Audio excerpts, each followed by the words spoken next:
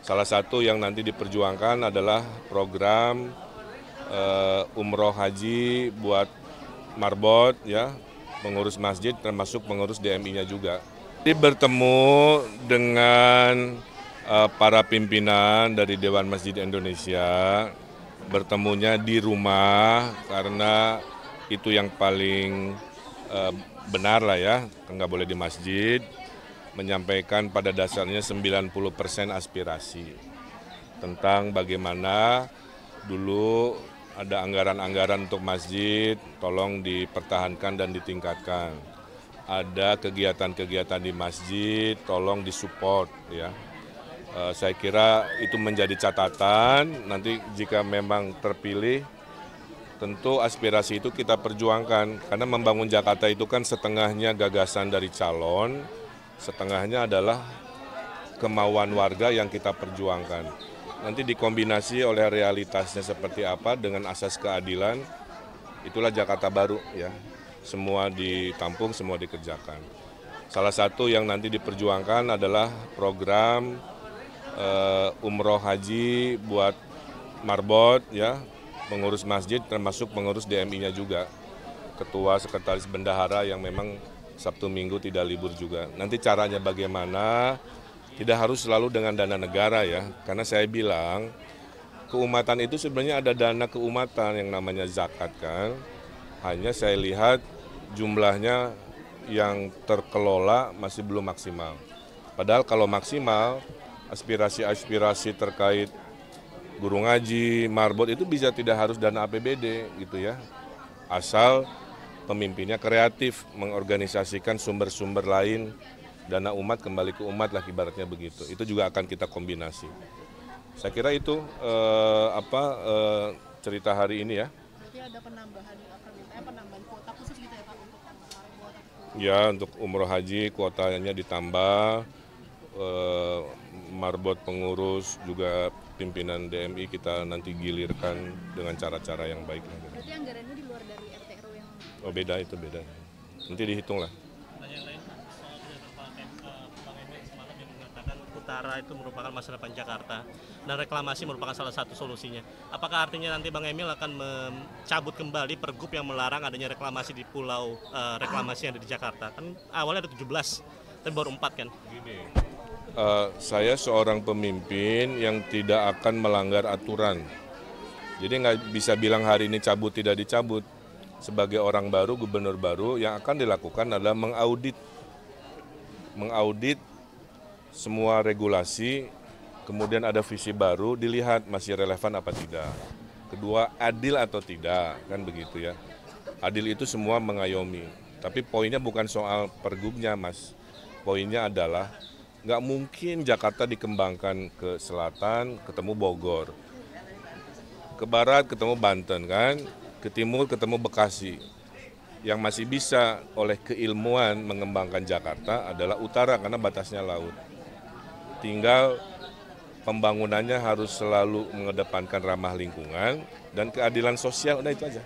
Ya, jadi nanti intinya saya akan audit, saya akan review, tapi saya tetap meyakini mengembangkan masa depan Jakarta mayoritas ya itu ada di utara. Kalau ini tanggapannya kan banyak baliho ya, ada beberapa baliho yang dirusak oleh oknum begitu ya Kang. Ini kan kampanye yang gembira. Seperti apa Kang tanggapannya Kang untuk oknum-oknum tersebut? Ya saya hanya menghimbau saja, kita berlomba-lomba dalam kebaikan.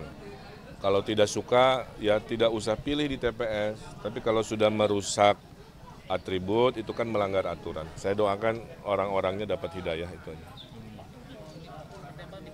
Karena kan kawasan Jakarta Utara ini 90% kan diprediksi akan tenggelam pada tahun 2050. Itu seperti apa mitigasinya kalau dikembangkan ke utara itu? Ya kan tadi saya bilang bahwa solusinya mahal. Ya. Mahal itu adalah membangun sebuah bendungan yang disebut Giant Sea Wall, tapi berbentuk kawasan. Kemudian nanti kita cek suplai air Jakarta, kalau ternyata sudah memadai bisa pelan-pelan kita kurangi pengeboran langsung ke bawah sehingga akuafernya tidak lama-lama tipis, kira-kira begitu ya. Itu ada ilmunya, tapi intinya kombinasi dua itu untuk mengatasi. Oke? Ini kan Terakhir. kali kan ada nih ibu bawa anak kecil bawa bayi. Tadi juga sempat ada anak-anak SD mau foto sama Akang. Cuman kan kita tahu kalau aturan kampanye itu anak kecil nggak boleh ke kampanye. Mungkin ada imbauan Kang Emil ke orang warga gimana gitu, Kang? Ya, sebenarnya mereka ingin ketemu, tapi anaknya tinggal di rumah, nggak ada orang. Jadi memahami, intinya memahami. Yang penting itu tidak diajak di ajang kampanyenya yang sifatnya mencoblos gitu. Kalau cuman bertemu, istilahnya nggak sengaja di jalan, saya kira nggak ada masalah. Tapi kalau diajak orang tuanya ke gedung pada saat kampanye coblos nomor 1 atau apel akbar, itu sangat jangan. Tapi kalau belusukan nggak bisa dihindari, pasti bertemu warga yang sedang nongkrong di rumah sama anaknya, mungkin lewat anak-anak lagi mau ke sekolah kan. Yang penting tidak mengajak dari pihak paslonnya. Nah, yang dihimbau adalah jangan bawa anak-anak di ajang kampanye yang sifatnya rapat terbuka atau di gedung, kira-kira gitu ya. Permintaannya penambahan kuota khusus gitu ya, Pak, untuk marbot. Ya, untuk umroh haji kuotanya ditambah, marbot pengurus juga pimpinan DMI kita nanti gilirkan dengan cara-cara yang baik. Berarti anggarannya di luar dari RTRW yang... Oh, beda, itu beda. Nanti dihitung lah.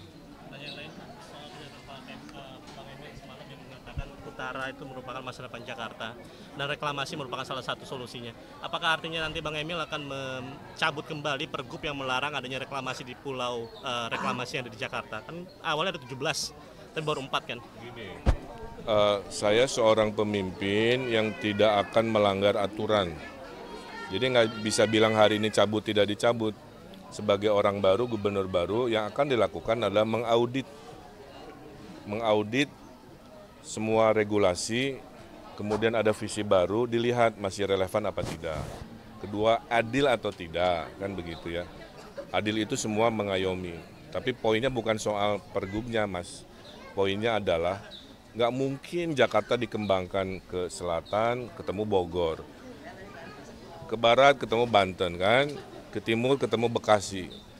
Yang masih bisa oleh keilmuan mengembangkan Jakarta adalah utara, karena batasnya laut. Tinggal pembangunannya harus selalu mengedepankan ramah lingkungan dan keadilan sosial, udah itu aja. Ya, jadi nanti intinya saya akan audit, saya akan review, tapi saya tetap meyakini mengembangkan masa depan Jakarta mayoritas ya itu ada di utara. Kang, ini tanggapannya kan banyak baliho ya, ada beberapa baliho yang dirusak oleh oknum begitu ya, Kang. Ini kan kampanye yang gembira. Seperti apa Kang tanggapannya Kang untuk oknum-oknum tersebut? Ya, saya hanya menghimbau saja kita berlomba-lomba dalam kebaikan. Kalau tidak suka ya tidak usah pilih di TPS. Tapi kalau sudah merusak atribut itu kan melanggar aturan. Saya doakan orang-orangnya dapat hidayah itu aja. Karena kan kawasan Jakarta Utara ini 90% kan diprediksi akan tenggelam pada tahun 2050. Itu seperti apa mitigasinya kalau dikembangkan ke utara itu? Ya kan tadi saya bilang bahwa solusinya mahal. Ya, mahal itu adalah membangun sebuah bendungan yang disebut Giant Seawall, tapi berbentuk kawasan. Kemudian nanti kita cek suplai air Jakarta.